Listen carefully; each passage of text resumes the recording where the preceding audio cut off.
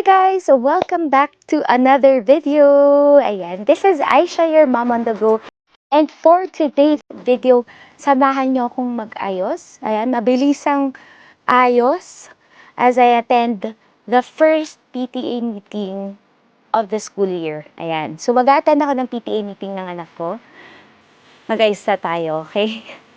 Pero yung makeup naman natin for today's video, simple lang. This is like my everyday makeup or basta kung gusto ko lang magmukhang presentable. Ito yung usual na makeup na ginagawa ko. So, without further ado, let's start!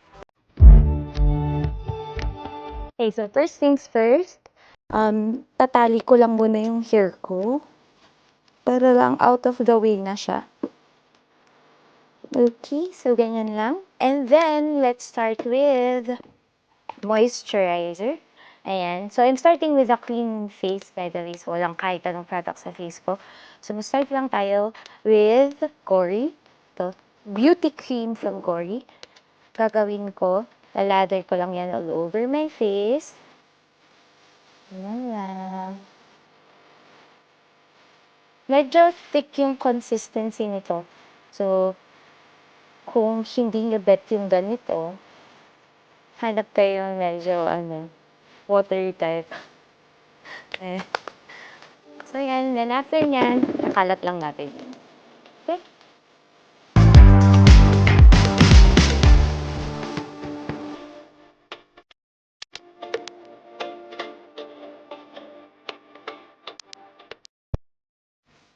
Yan. So, after nating makalat yung ating beauty cream, next up, magkikilay na kagad ako. Now, so, ganito yung lalagyan ng kilay ko. Guys, don't judge me kasi kung ano nang mahanap kong pouch na nag-work sa akin, yun na yung linalagyan ko ng makeup. Kasi, palipat-lipat ako ng bag. Depende sa lakad. Yung kasama ko yung mga bata o mag-isa ko lang nalalabas. Ayan, depende. So, right now, my makeup bag is yung lalagyan ng ating shades. Ayan. So, don't judge me, guys. Kung anong mahanap natin, yun na yung ginagamit ko. So, start ako sa kilay ko. I'm gonna use pencil for my eyebrows. Isang light brown at saka isang dark brown. So, yung light brown, ilalagay ko lang siya dito sa parang start hanggang sa parang middle part ng kilay. And then, yung darker brown, medyo i-blend ko siya from the center until the tip of the eyebrow. So I will start with the light brown. But first, brushing ko lang yung kilay ko. Okay. Starting with the light brown again. Start tayo dito sa yung pinaka-start ng kilay to the middle. To the middle. Then sa taas.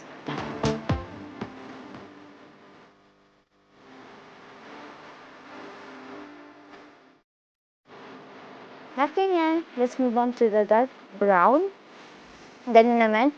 Middle up to the tip of the eyebrow. Or yung tail ng ating eyebrow. So, fill-in lang din natin yan. Okay. After that, blend ko lang.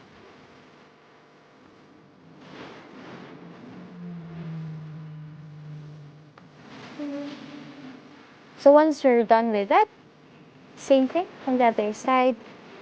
Ulitin lang natin yung process.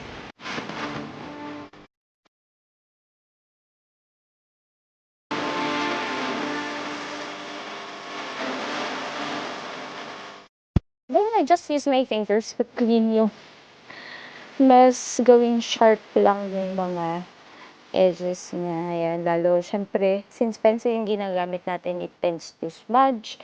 Kaya, ayan, clean lang natin yung mga sides. Diba? O, tak. And once I'm done with the eyebrows, let's move on to konting blush. konting blush lang yung nilalagay ko. Ayoko ng sobrang pack na pack para lang magkakulay ng konti yung mukha natin. Ayan, at hindi naman tayo mukhang patay. So, what I'm actually using is a lipstick. This is from, I believe, Scout Beauty.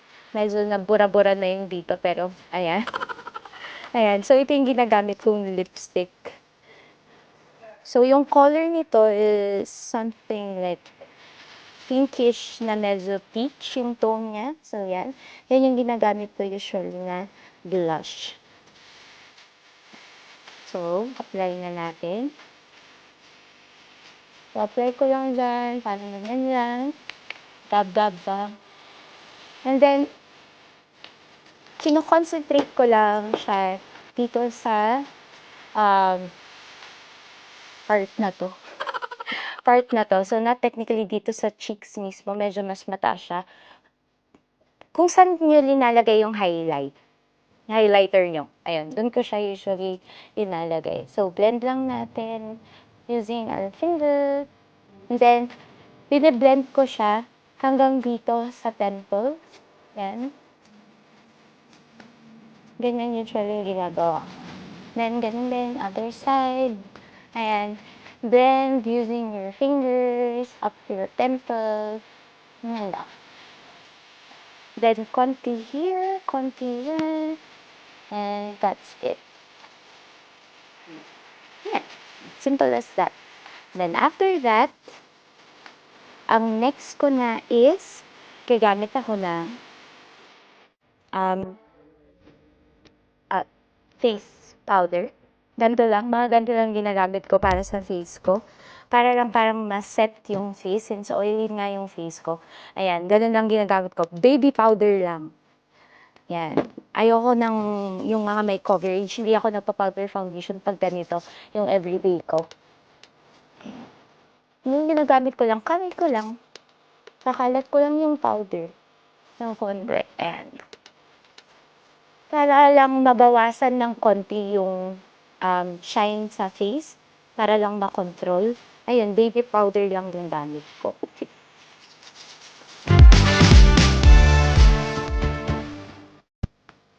And just like that. Okay, tapos na tayo sa face. Ganun lang kadali, ganun lang kasimple, guys. Ayan. Next, I move on to my eyes. So, ang gagawin ko lang naman sa mata ko, simple lang naman, magmamaskara lang tayo, guys. So, curl lang muna natin yung lashes.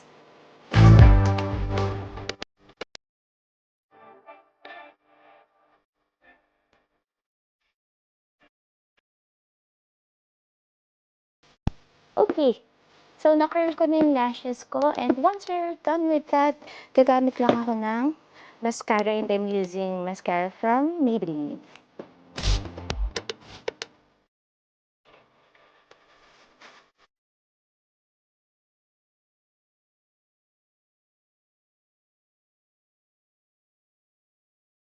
Okay, nabuhal na naman yung ating mga mata.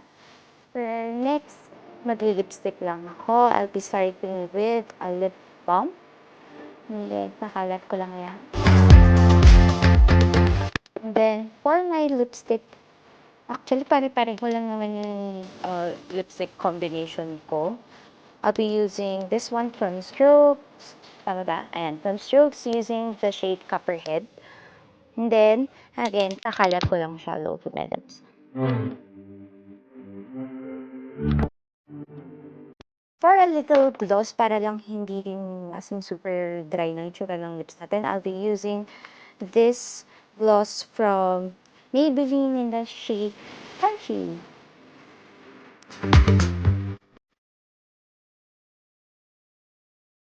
And just like that, diba? Yan lang. So, actually, this is pretty much the makeup. So, ganyan lang naman yung ginagawa ko sa everyday makeup ko. Ganito lang usually makeup ko pag lumalabas ako. Yan. So, ganyan lang siya. And then, yung hair ko, kadalasan ano lang din siya, naka-clam lang din siya. Kasi ayoko yung, mahaba na kasi yung buhok ko ngayon. So, mas gusto ko siyang naka-clam lang. Ayan. But, for today, Siyempre dahil ganda-gandahan tayo, ilulugay natin siya. Ilulugay ko lang yan. So, yun lang. Yan. Lugay lang natin yan. And then, naka-prepare na yung earrings ko dito. Mag-i-earrings lang din tayo. So, there, earrings lang. And that's it for the makeup. So, let's move on to the clothes. Ayan, for my top, I'll be using this top. Ayan. This top right here, this is a knitted gray top. I'm not sure if sikat tong brand na to or what. This is from Lee. It's a Korean brand, I think. Ayan. And for my pants, I'll be using this one, skinny jeans from American Eagle. And for all my clothes na isasot ko ngayon, technically lahat to ukay. Pero online. Ayan. Ukay pero online. Kasi kadalasan wala na rin akong time maghanap ng damit sa ukayan. So, ang ginagawa ko, nag-online shopping na lang ako for second-hand clothes or yung mga na-thrift din ng ibang mga sellers or ayun nga, second-hand or pre-loved items. Ayan, ito yun. So, let's wear it and then I'll show you the final look before I go kasi late na po tayo. As usual, late na naman po tayo. Okay, so let's move on to the outfit. And this is the outfit. Ayan, so ito na po ang outfit natin sa pag-attend ng PTA meeting ng aking anak. Ayan. So, again, yung top natin. So, comfy lang. Kaya gusto rin na ganitong top. Lalo ngayon, tag-ulan na sa Baguio. So, medyo malamig-lamig na ng hapon. Tapos maulan na. So, perfect pa. Kahit na hindi ako magdala ng jacket. Okay lang. So, yan na. And then, our pants. And then, mag-white shoes na lang ako. And I'm ready to go. Pero bago tayo umalis, a quick montage. Syempre, hindi mawawala yan. So, let's do this.